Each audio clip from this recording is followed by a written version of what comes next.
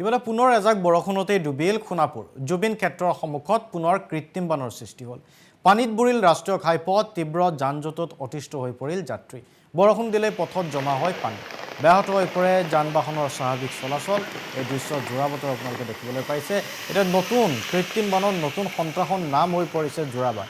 এজাক মাত্ৰ বৰষুণ আৰু বৰষুণৰ পাছত প্ৰথমেই যদি কোনো এটা অঞ্চল বুৰ যায়, সেয়া ৰুক্মিণীগাঁও, অনিল নগৰ, নবীন নগৰৰ সমান্তৰালকৈ যোৰাবাট। আৰু মূলতঃ যিহেতু উজনি অসমলৈকে যোৱা যোৰাবাটৰ এই পথছোৱা অতি গুৰুত্বপূৰ্ণ। যান-বাহন চলাচলৰ ক্ষেত্ৰত বহু যান-বাহন ঘণ্টাৰ পাছত ঘণ্টা ধৰি এতিয়া আবদ্ধ হৈ থাকিব লাগে আৰু হঠাৎ পানী উফন্দি আহে।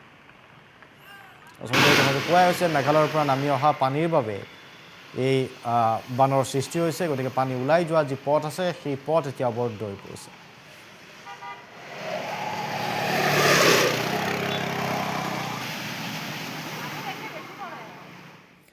ইফালে পুনৰ এজাক বৰষুণতেই ডুবিল সোণাপুৰ জুবিন ক্ষেত্ৰৰ সন্মুখত পুনৰ কৃত্ৰিম বানৰ সৃষ্টি হ'ল। পানীত বুৰিল ৰাষ্ট্ৰীয় ঘাইপথ, তীব্ৰ যান-জঁটত অতিষ্ঠ হৈ পৰিল যাত্ৰী। বৰষুণ দিলে পথত জমা হয় পানী।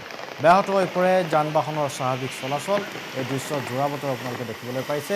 এতিয়া নতুন কৃত্ৰিম বানৰ নতুন সন্ত্ৰাসৰ নাম হৈ পৰিছে যোৰাবাট। এজাক মাত্ৰ বৰষুণ আৰু বৰষুণৰ পাছত প্ৰথমেই যদি কোনো এটা অঞ্চল বুৰ যায়, সেয়া ৰুক্মিণীগাঁও, অনিল নগৰ, নবীন নগৰৰ সমান্তৰালকৈ যোৰাবাট। আৰু মূলতঃ যিহেতু উজনি অসমলৈকে যোৱা যোৰাবাটৰ এই পথছোৱা অতি গুৰুত্বপূৰ্ণ।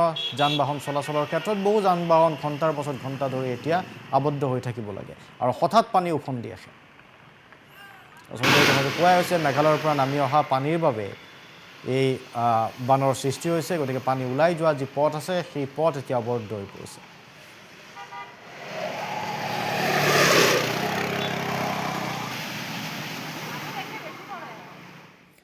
ইফালে পুনৰ এজাক বৰষুণতেই ডুবিল সোণাপুৰ জুবিন ক্ষেত্ৰৰ সন্মুখত পুনৰ কৃত্ৰিম বানৰ সৃষ্টি হ'ল। পানীত বুৰিল ৰাষ্ট্ৰীয় ঘাইপথ, তীব্ৰ যান-জঁটত অতিষ্ঠ হৈ পৰিল যাত্ৰী। বৰষুণ দিলে পথত জমা হয় পানী। ব্যাহত হৈ পৰে যান-বাহনৰ স্বাভাৱিক চলাচল। এই দৃশ্য যোৰাবাটৰ আপোনালোকে দেখিবলৈ পাইছে। এতিয়া নতুন কৃত্ৰিম বানৰ নতুন সন্ত্ৰাসৰ নাম হৈ পৰিছে যোৰাবাট।